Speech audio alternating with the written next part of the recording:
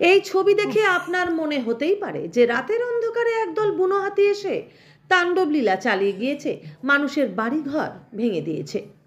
কিন্তু এই ভিডিও বুনো হাতিতে ভাঙচুর করার দৃশ্য নয়। এ হলো বাংলাদেশে রাতের অন্ধকারে কিভাবে সংখ্যালঘু সনাতনীদের বাড়িঘর ভাঙচুর, লুটপাট, অগ্নিসংযোগ নির্বিচারে বিনা বাধায় ধারাবাহিকভাবে ঘটে চলেছে তার শুধু নমুনা। বাংলাদেশে শেখ হাসিনা সরকারের পতনের পর শান্তিতে নোবেলজয়ী মোহাম্মদ ইউনূসকে প্রধান উপদেষ্টা করে যে সরকার গঠিত হয়েছিল, এই সরকার বাংলাদেশের বিচ্ছিন্নতাবাদী উগ্রপন্থী সংগঠনগুলোকে সরাসরি সংখ্যালঘু নিধনযজ্ঞে মদদ দিয়ে যাচ্ছে। বাংলাদেশে এই মুহূর্তে নিপীড়িত, লাঞ্ছিত সংখ্যালঘুদের বিচার পাবার মতো মানবাধিকারটুকু পর্যন্ত নেই। বাংলাদেশে মানবাধিকার এই মুহূর্তে পদতলিত। তার চরম উদাহরণ গতকাল ইসকন সন্ন্যাসী চিন্ময় কৃষ্ণ দাসের হয়ে আদালতে কোনো আইনজীবী দাঁড়াতে না পারা। গতকাল বাংলাদেশের জেলা আদালতে সন্ন্যাসী গ্রেপ্তার মামলার শুনানি ছিল, কিন্তু সেই শুনানিতে কোনো আইনজীবী আসতে পারল না, যেখানে প্রথম শুনানির দিন সন্ন্যাসী হয়ে 53 জন আইনজীবী শুনানিতে হাজির ছিলেন, আর গতকাল সেখানে সংখ্যাটা শূন্য।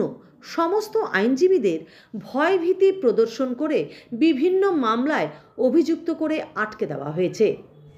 সন্ন্যাসী চিন্ময় কৃষ্ণ দাস, এক আইনজীবী রমেন দাসকে বেধড়ক মারধর করা হয়েছে। অবস্থা এতটাই সঙ্গীন, সেই আইনজীবী এই মুহূর্তে আইসিইউতে ভর্তি রয়েছেন। অন্যান্য আরেক আইনজীবীর উপর ভয়াবহ আক্রমণ চালানো হয়েছে। অন্যান্য বাকি আইনজীবীদের বলে দেওয়া হয়েছে তাদেরও একই পরিণতি হবে। শুধু তাই নয়, জোর করে সংখ্যালঘুদের ধর্মান্তরিত করার ঘটনাও বাদ যাচ্ছে না। সংখ্যালঘুর বাড়িতে এসে বাড়ির মহিলাকে তুলে নিয়ে গিয়ে নির্যাতন করা হচ্ছে। বাংলাদেশে সম্প্রতি ঘুরতে গিয়েছিল পশ্চিমবঙ্গের এক যুবক। বাংলাদেশিরা তাকে ভারতীয় হিন্দু জানার পর বেধড়ক মারধর করে মাথা ফাটিয়ে দেয়। রক্তাক্ত অবস্থায় হাসপাতালে গেলে পর্যাপ্ত চিকিৎসাটুকু ভারতীয় যুবককে দেওয়া হয়নি। বাংলাদেশ পুলিশের সাহায্য চাইলে রীতিমতো বাংলাদেশ পুলিশ ভারতের যুবককে কেন বাংলাদেশে এসেছে জানতে চায় এবং মারধর করার ঘটনা কাউকে না বলতে বারণ করে। অর্থাৎ বাংলাদেশে এই মুহূর্তে বাংলাদেশের সেনাবাহিনী, বাংলাদেশের পুলিশ মোহাম্মদ ইউনূসের সরকারের প্রত্যক্ষ মদতে বিভিন্ন বিচ্ছিন্নতাবাদী উগ্রপন্থী সংগঠনগুলো জোট বেঁধে সরাসরি সংখ্যালঘু গণহত্যা নিধনযজ্ঞ চালাচ্ছে।